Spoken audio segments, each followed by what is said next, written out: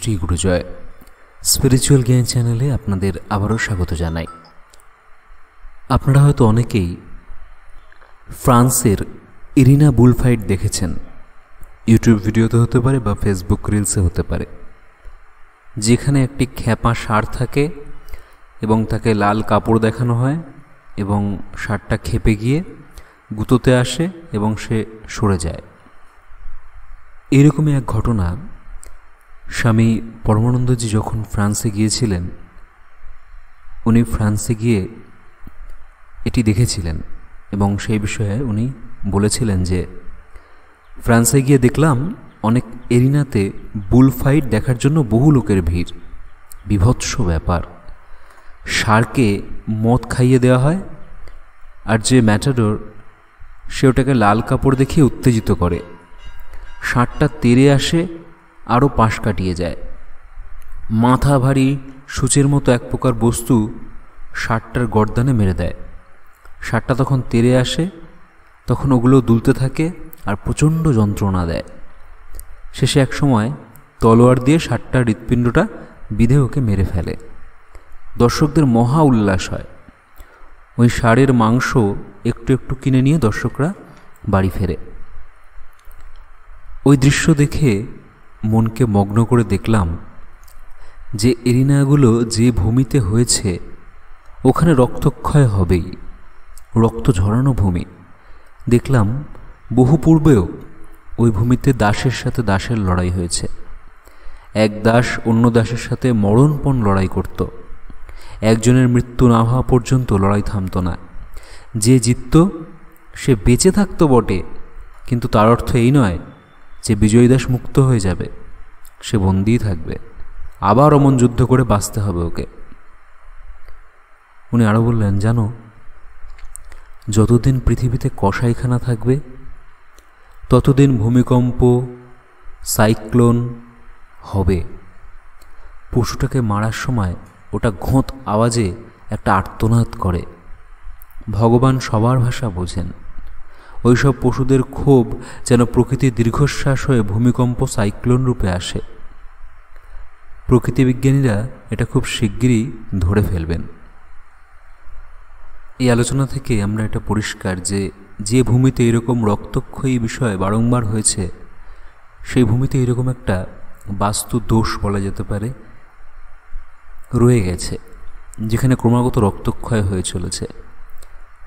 এরকম ভারতেও একটি স্থানের কথা আগে আমরা উল্লেখ করেছিলাম, যেখানে রক্তক্ষয়ের ব্যাপার নয়, কিন্তু যেখানে মানুষের মন মানসিকতা, উত্তরপ্রদেশের একটি জায়গার কথা সম্ভবত বলেছিলাম আমরা, সেখানে কিন্তু এখনও সেই রকম মানসিকতা চলে আসে মানুষের। ওখানকার আবহাওয়া এবং বাস্তুটাই এমন। একটি ছেলে যখন তার পিতামাতাকে নিয়ে তীর্থযাত্রায় বেরিয়েছিল, ওই জায়গাটায় এসেই তার মনে হয়েছিল কী করতে বাবা মাকে বয়ে বেড়াচ্ছি, বাবা মাকে ছেড়ে একা একা চলে যাই।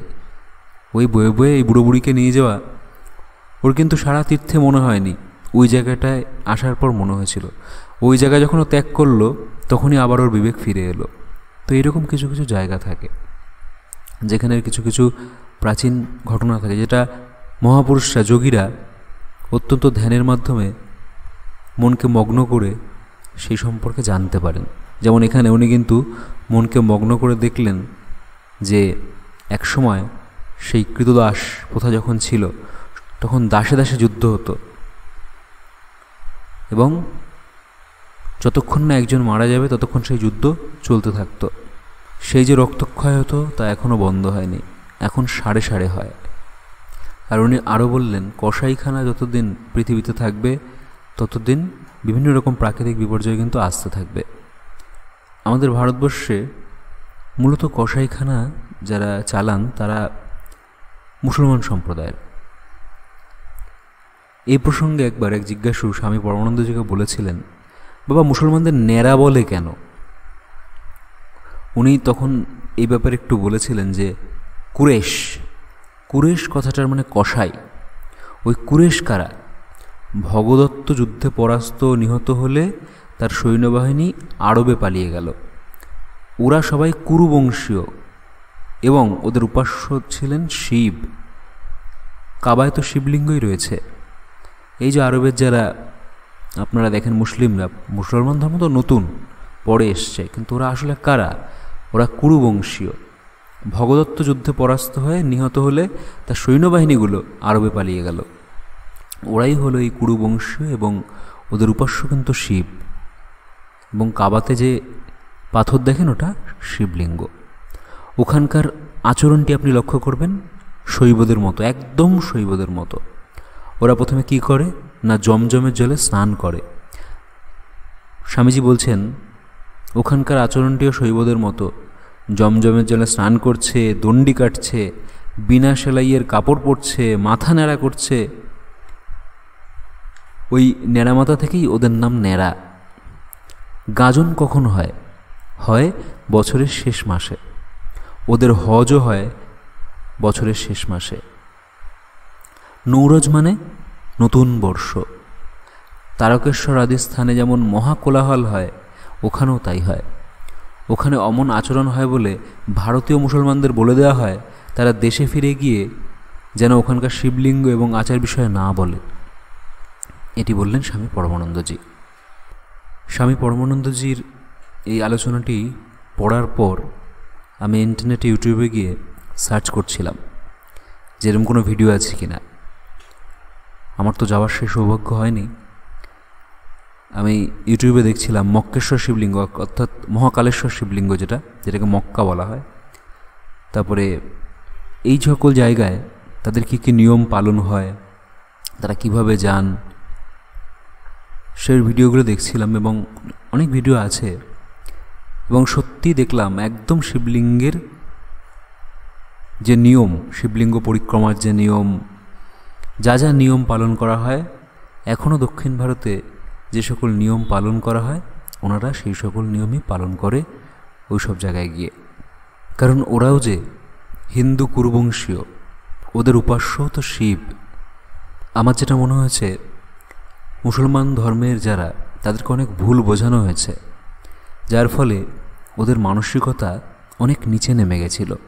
বিশেষ করে ভারতীয় মুসলিমরা, বাংলাদেশি মুসলিমরা যারা একটু পিছিয়ে আছে পড়াশোনার দিক থেকে, তাদের ক্ষেত্রে এটা বেশি দেখা যায়। কিন্তু আরবে দেখুন, ওনারা মন্দির বানাচ্ছেন, ওনারা অনেক শিক্ষিত হচ্ছেন, যার ফলে ওনারা ব্যাপারটা বুঝতে পাচ্ছেন, সংকীর্ণতা থেকে ওনারা বেরিয়ে আসছেন। তবে ভারতে অনেক মুসলিম আছে যারা অনেক আগেই শিক্ষিত হয়েছিলেন এবং সংকীর্ণতা থেকে বেরিয়ে এসেছিলেন, যেমন ডক্টর এপিজে আব্দুল কালাম। আমরা সবাই চিনি ওনাকে। এমনকি যে রাম মন্দির হয়েছে, এটারও যিনি রাম মন্দির, ওটা যে রাম মন্দির যিনি প্রমাণিত করেছেন যে ঐতিহাসিক, তিনিও একজন মুসলিম। তারপর দেখুন ওস্তাদ বিসমিল্লাহ খাঁ, উনি কত সুযোগ পেয়েছিলেন বিদেশে গিয়ে থাকার, এলাহিভাবে থাকার, কিন্তু উনি যাননি। উনি বলেছিলেন এই বেনারসের শিবকে আমি আমার সানাই শোনাই। ওই শিবকে ছেড়ে উনি কোথাও যাননি। সঙ্গীতের বড় বড় যারা ওস্তাদরা ছিলেন তারা সবাই এটা স্বীকার করেছেন।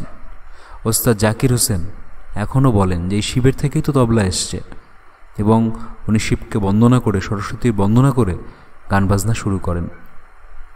ওস্তাদ আলী আকবর খাঁ, বড়ে গুলাম আলী খাঁ, অনেকের বাড়িতেই সরস্বতীর মূর্তি, কালীর মূর্তি দেখা যায়। আমারই এক অফিসে চেনা পরিচিত কলিগ তার এক মুসলিম বন্ধু সম্পর্কে বলছিল যে জানো দাদা, ওর ঘরে কালী মূর্তি আছে, সরস্বতীর মূর্তি আছে, ও লুকিয়ে পুজো করে, কারণ ও তো মুসলিম। কিন্তু ওর মনে কোথাও একটা টান আছে ঠাকুরের প্রতি, কিন্তু ও সেটা প্রকাশ করতে পারে না, কারণ এখানকার মুসলিমরা তো অত শিক্ষিত না। হয়তো ওকে মারধর করলো বা সমাজ থেকে বের করে দিল, ওই জন্য বড়ই খারাপ লাগে। কিন্তু ও আমাদের অনুষ্ঠানে প্রসাদ খেতে আসে, ওর ঘরেও মূর্তি রেখেছে লুকিয়ে কাবার্ডের মধ্যে, ও পুজো দেয়। তবে যাই হোক, মুসলমানদের সম্পর্কে আলোচনা করা আমাদের বিষয় নয়। আমাদের বিষয় হলো ইতিহাস তুলে ধরা। তো পৃথিবীতে যতদিন এইরকম কষাইখানা থাকবে, ততদিন কিন্তু ভূমিকম্প, সাইক্লোন ফিরে ফিরে আসবে। আজকের আলোচনা আমরা এখানেই শেষ করছি। সবাই ভালো থাকবেন, সুস্থ থাকবেন। ওম শ্রী গুরু জয়, শ্রী গুরু জয়, শ্রী গুরু জয়।